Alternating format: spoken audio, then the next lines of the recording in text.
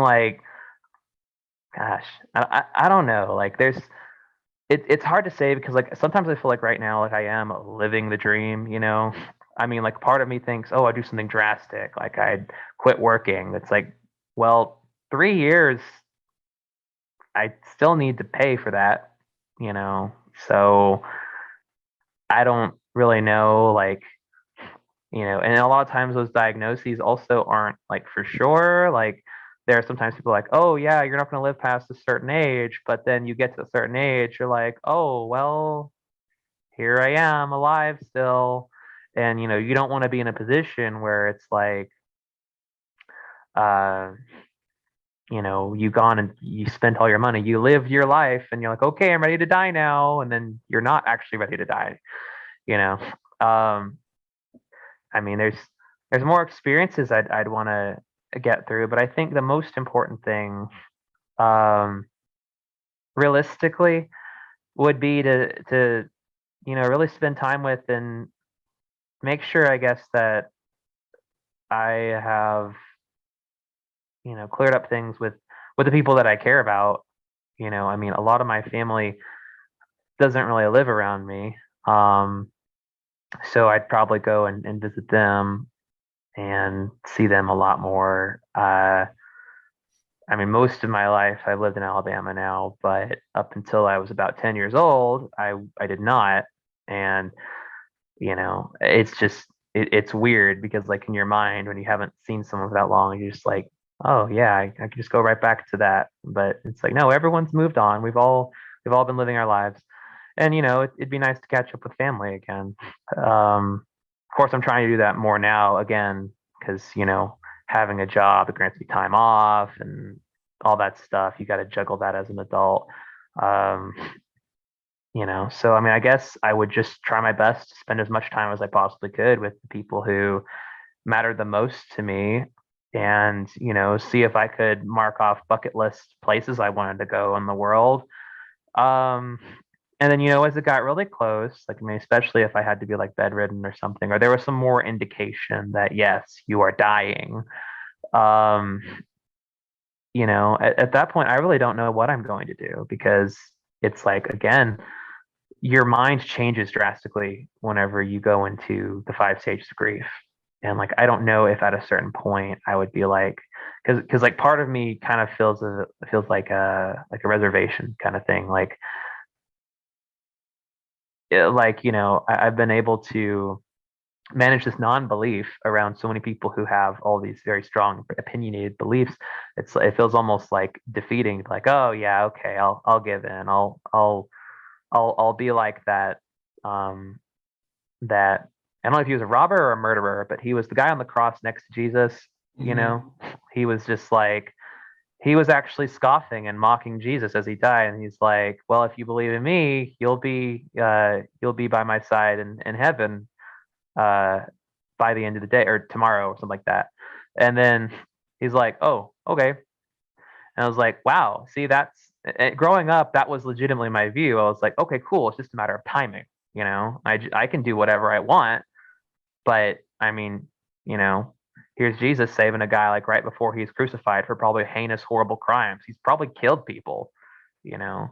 So it's just like it seems a little unfair, but I was just like, well, if I haven't figured out any other grand scheme meaning of life, you know, at that point I feel like maybe I guess I would just give in and say, okay, I couldn't come up with any other answers. Here you go. Let's hope this lands me out of eternal damnation, I guess. Um, but it's hard to say until you're actually there. Um, because there's also another part of me that thinks, well, maybe my conviction in life was not having a belief, was not being convinced by anybody. Maybe that's the secret formula to life is just sticking to your convictions, whatever those may be. And giving up the last minute might be very much antithetical to that. So it's, you know, because there's so many possible different things, it's just like, I guess I just have to see when it happens because I can't imagine it. I mean, it's just like someone saying, that they were a survivor of some horrible crime, like somebody did something really bad to them, or like they were held in like a prisoner of war camp or something. Like you can't you can't really empathize with somebody like that unless you've been there. You have to experience it for yourself and see what you would do. I mean, I'd like to think that I'd be calm and cool headed, but I'm pretty sure there would be quite a bit of grieving because no one's really ever ready to die. Hmm. And like, unless you have been born into a life that is just full of so much suffering, or you are convinced that it's so much suffering, or you have like a mental disability or a mental illness or something, your brain chemicals are telling you that you know, feel a certain way that may or may not be indicative of the reality of the situation. Even, you know, you're not you're not gonna no, no, I feel like it's very natural, and it should be, for humans as animals to want to survive. And at some point we're not going to be able to do that anymore. So I think that that has inspired a lot of, different beliefs in the afterlife, and a lot of um, it's thrown a lot of points of contention about, what can I do to keep on living? And, if the answer is nothing, there's nothing you can do. It's just over. It's a very difficult thing for, I think, a lot of people to grapple with. Um, and So, as sure as, I mean, I feel like it's an important thing for some people to, be honest and say, like, sometimes you just don't know. And that's really where I come from a lot of things. Because I mean, the things that drive me, the things that inspire me to live my life are not really how I'm gonna die. I want to do these things because I'm alive, period. So, you know, who is anybody to say I can't do those things? You know, I want to go places. I wanted to get the job and that I have in the field, and I wanted to learn a lot of cool things about technology, and I just wanted to do that, and I did, and I'm continuing to do it. So for me, at least, that's good enough for now. If I die tomorrow, I guess we'll find out what happens, or I mean, I'll find out what happens, or I won't, or I'll just cease to exist. I don't know. Um, but you're invited to my funeral if I do. So. Yeah. uh, Um, but yeah, I don't know. I guess I should turn that question around on you now.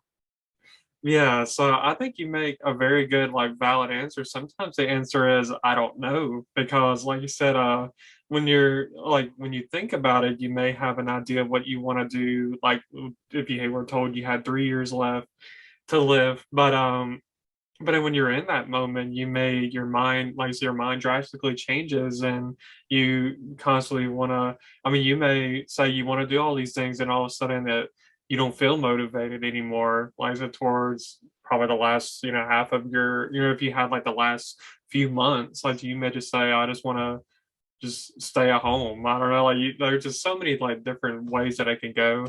For me, let's say you brought up two things that, like, I definitely would say I can relate to. One thing is family.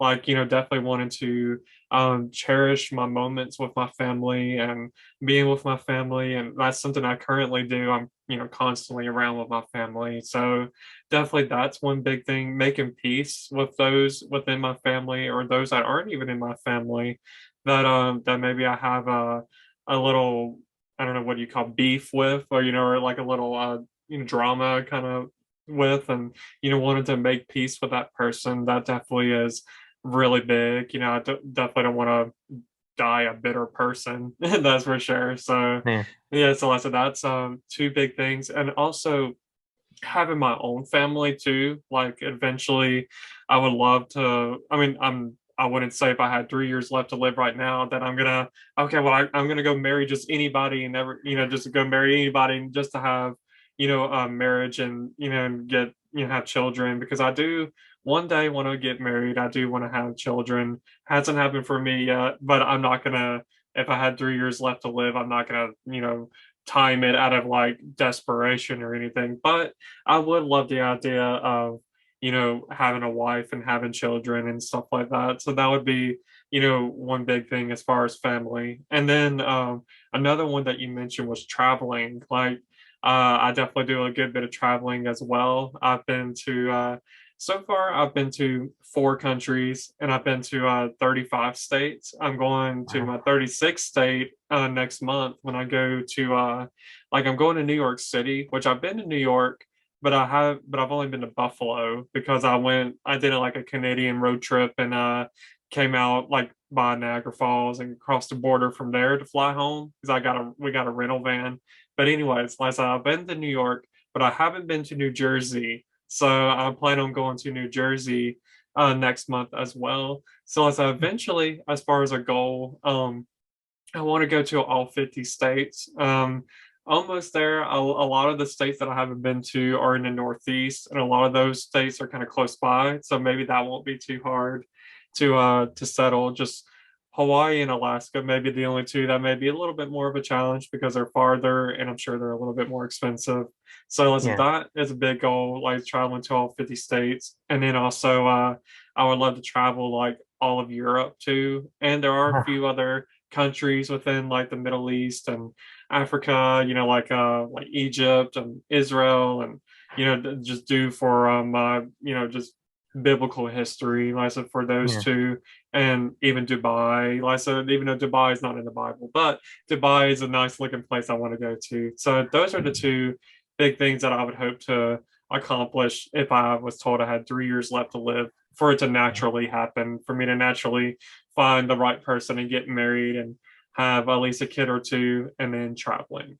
So, Yeah, it's just like, hey, you want to get married? I won't be around for long, but it's like what do you do, right? mhm. But go away. Sorry. Um, but